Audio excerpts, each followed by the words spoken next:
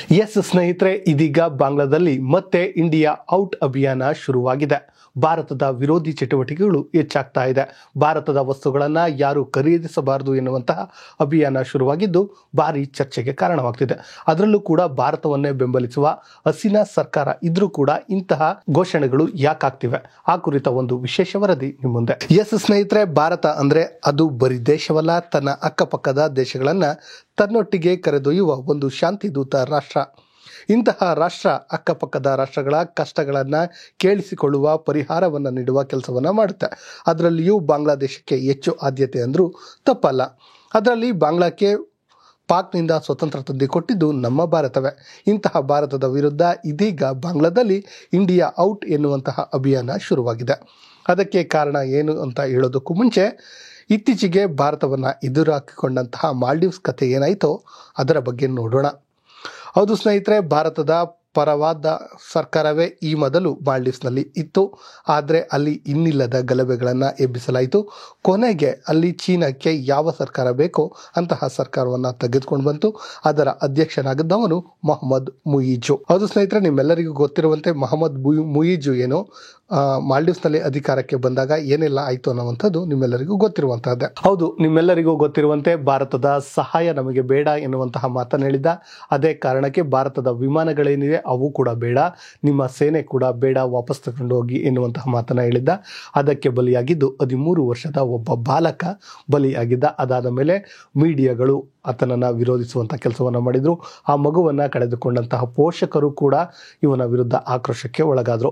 ಅದಷ್ಟೇ ಅಲ್ಲದೆ ಬಾಯ್ಕಾಟ್ ಮಾಲ್ಡೀವ್ಸ್ ಎನ್ನುವಂತಹ ಅಭಿಯಾನ ಭಾರತದಲ್ಲಿ ಶುರುವಾಗಿ ಆರ್ಥಿಕ ಸಂಕಷ್ಟವನ್ನೇ ತಂದುಕೊಟ್ಟಿದ್ದು ನಮ್ಮೆಲ್ಲರಿಗೂ ಗೊತ್ತಿರುವಂತಹ ವಿಚಾರವೇ. ಇದಷ್ಟೇ ಅಲ್ಲದೆ ಇದಾದ ಬಳಿಕ ಈತ ಮತ್ತೆ ಇಲ್ಲಿ ಚೀನಾಗೆ ಹೋಗ್ತಾನೆ. ಚೀನಾದಲ್ಲಿ ಸಹಾಯವನ್ನು ಅಂಗಲಾಚ್ತಾನೆ. ಕೊನೆಗೆ ಮತ್ತೆ ಚೀನಾದಿಂದ ಸಹಾಯವನ್ನು ಪಡೆಯುವಂಥ ಕೆಲಸವನ್ನು ಮಾಡ್ತಾನೆ. ಯಾಕಂದರೆ ಈಗಾಗಲೇ ಚೀನಾ ಕೊಟ್ಟಿರುವಂಥ ಸಾಲವನ್ನು ಮಾಲ್ಡೀವ್ಸ್ ತೀರಿಸೋಕೆ ಆಗ್ತಾ ಇಲ್ಲ. ಇಂತಹ ಪರಿಸ್ಥಿತಿಯೇ ಇದೀಗ ಮತ್ತೆ ಬಾಂಗ್ಲಾದಲ್ಲಿ ಎದ್ದಿದೆಯಾ ಎನ್ನುವಂಥ ಅನುಮಾನ ಶುರುವಾಗಿದೆ. ಯಾಕಂದರೆ ಸ್ನೇಹಿತರೆ, ನಿಮ್ಮೆಲ್ಲರಿಗೂ ಗೊತ್ತಿರಬಹುದು, ಇತ್ತೀಚೆಗೆ ಬಾಂಗ್ಲಾದಲ್ಲಿ ಚುನಾವಣೆ ಆಯಿತು. ಆ ಚುನಾವಣೆಯಲ್ಲಿ ಭಾರತದ ಪರವಾದಂತಹ ಹಸೀನಾ ಪಾರ್ಟಿ ಏನಿದೆ, ಆ ಹಸೀನಾ ಪಾರ್ಟಿಯವರು ಇದೀಗ ಗೆದ್ದಿದ್ದು ಶೇಖ್ ಹಸೀನಾ ಏನಿದ್ದಾರೆ ಅವರು ಮತ್ತೆ ಸತತ 4ನೇ ಬಾರಿ ಪ್ರಧಾನಿಯಾಗಿ ಆಯ್ಕೆಯಾಗಿದ್ದಾರೆ. ಈ ವಿಚಾರ ಅಲ್ಲಿನ ಕೆಲ ವಿರೋಧಿ ಪಕ್ಷಗಳಿಗೆ ಆಗ್ತಾ ಇಲ್ಲ. ಅದೇ ಕಾರಣಕ್ಕೆ ಮಾಲ್ಡೀವ್ಸ್ನಲ್ಲಿ ಯಾವ ರೀತಿ ತೊಂದರೆಗಳನ್ನು ಮಾಡಿದ್ರು, ಗಲಾಟೆಗಳನ್ನು ಮಾಡಿದ್ರು, ಅದೇ ರೀತಿ ಗಲಾಟೆಗಳನ್ನು ಎಬ್ಬಿಸಿ ಸೈನಿಕ ಆಡಳಿತ ಇಲ್ಲವೇ ಅವರನ್ನು ಕೆಳಗಿಳಿಸುವಂತಹ ಇನ್ನಿಲ್ಲದ ಪಿತೂರಿಗಳು ಇಲ್ಲಿ ನಡೀತಾ ಇದೆ. ಅದೇ ಕಾರಣಕ್ಕೆ ಇದೀಗ ಮೊದಲ ಭಾಗವಾಗಿ, ಅದರ ಮೊದಲ ಅಂಗವಾಗಿ ಇದೀಗ ಇಂಡಿಯಾ ಔಟ್ ಎನ್ನುವಂತಹ ಒಂದು ಅಭಿಯಾನವನ್ನ ಶುರು ಮಾಡಿದ್ದಾರೆ. ಇನ್ನು ಸ್ನೇಹಿತರೆ, ಈ ಬಾಂಗ್ಲಾದಲ್ಲಿ ಈ ಗಲಾಟೆಗಳನ್ನ ಮಾಡಿಸ್ತಾ ಇದ್ದಾರಲ್ಲ, ಅವರಿಗೆ ಅಸಲಿ ಭಾರತದ ಬಗ್ಗೆ ಗೊತ್ತಿಲ್ಲ ಅಂತ ಅನಿಸುತ್ತೆ. ಸ್ನೇಹಿತರೆ, 1971ರಲ್ಲಿ ಬಾಂಗ್ಲಾಗೆ ಸ್ವತಂತ್ರವನ್ನ ತಂದುಕೊಟ್ಟಿದ್ದು ನಮ್ಮದೇ ಭಾರತ ಅನ್ನೋದನ್ನ ಅವರು ಮರ್ತಿದ್ದಾರೆ ಅನ್ಸುತ್ತೆ. ಹೌದು ಸ್ನೇಹಿತರೆ, 1971ರಲ್ಲಿ ಪಾಕಿಸ್ತಾನದ ವಿರುದ್ಧ ಯುದ್ಧವನ್ನ ಗೆದ್ದು ಭಾರತ ಬಾಂಗ್ಲಾಕ್ಕೆ ಸ್ವತಂತ್ರವನ್ನ ತಂದುಕೊಟ್ಟಿತ್ತು. ಆಗ ಭಾಗಬಂಧು ಏನಿದ್ದಾರೆ ಅವರು ಇಲ್ಲಿನ ಪ್ರಧಾನಿ ಆಗ್ತಾರೆ, ಅಂದರೆ ಬಾಂಗ್ಲಾದೇಶದಲ್ಲಿ ಪ್ರಧಾನಿ ಆಗ್ತಾರೆ. ಅವರಿಗೆ ಸಪೋರ್ಟ್ ಮಾಡಿದ್ದು ನಮ್ಮ ಭಾರತ. ಆದರೆ ಅದಾದ ಮೇಲೆ ಸೇನೆ ದಂಗೆ ಏಳುವಂಥ ಕೆಲಸವನ್ನು ಮಾಡುತ್ತೆ, ಇಡೀ ಅವರ ಫ್ಯಾಮಿಲಿಯನ್ನೇ ಕೊಲ್ಲುವಂಥ ಕೆಲಸವನ್ನು ಮಾಡುತ್ತೆ. ಆಗ ಈ ಹೊರಗಡೆ ಇದ್ದಂತಹ ಈ ಭಾಗಬಂಧು ಏನಿರ್ತಾರೆ ಅವರ ವಿದೇಶಿ ಮಕ್ಕಳು ಹೊರ ದೇಶದಲ್ಲಿರುವಂತಹ ಕಾರಣದಿಂದ ಅವರು ಬದುಕ್ತಾರೆ. ಅದರಲ್ಲಿ ಶೇಖ್ ಹಸೀನಾ ಮತ್ತು ಅವರಿಬ್ಬರು ಭಾರತಕ್ಕೆ ಬರ್ತಾರೆ. ಸುಮಾರು 6 ವರ್ಷಗಳ ಕಾಲ ಅವರನ್ನು ಉಳಿಸಿದ್ದು ನಮ್ಮ ಭಾರತ, ಅಥವಾ ರಕ್ಷಣೆ ಕೊಟ್ಟಿದ್ದು ನಮ್ಮ ಭಾರತ. ಅದೇ ಕಾರಣದಿಂದ ಶೇಖ್ ಹಸೀನಾ ನಮ್ಮ ಭಾರತದೊಂದಿಗೆ ಸದಾ ಒಂದು ರೀತಿಯ ಒಳ್ಳೆಯ ಅಭಿಪ್ರಾಯವನ್ನು, ಉತ್ತಮ ಸಂಬಂಧವನ್ನು ಹೊಂದಿರುವಂತಹವರು. ಇನ್ನು ಸ್ನೇಹಿತರೆ, ಕೆಲ ಘಟನೆ ಆದಮೇಲೆ ಕೆಲ ಚಿಕ್ಕ ಪುಟ್ಟ ಘಟನೆಗಳಾಗ್ತವೆ. ಆಮೇಲೆ ಅಲ್ಲಿ ಮತ್ತೊಂದು ಪಕ್ಷ ಬರುತ್ತೆ. ಅದಾದ ಮೇಲೆ ಆ ಪಕ್ಷ ಬಂದ ಮೇಲೆ ಅಲ್ಲಿ ಕೆಲವೊಂದು ಆಡಳಿತಗಳೇ ಬದಲಾಗಿ ಹೋಗ್ತವೆ.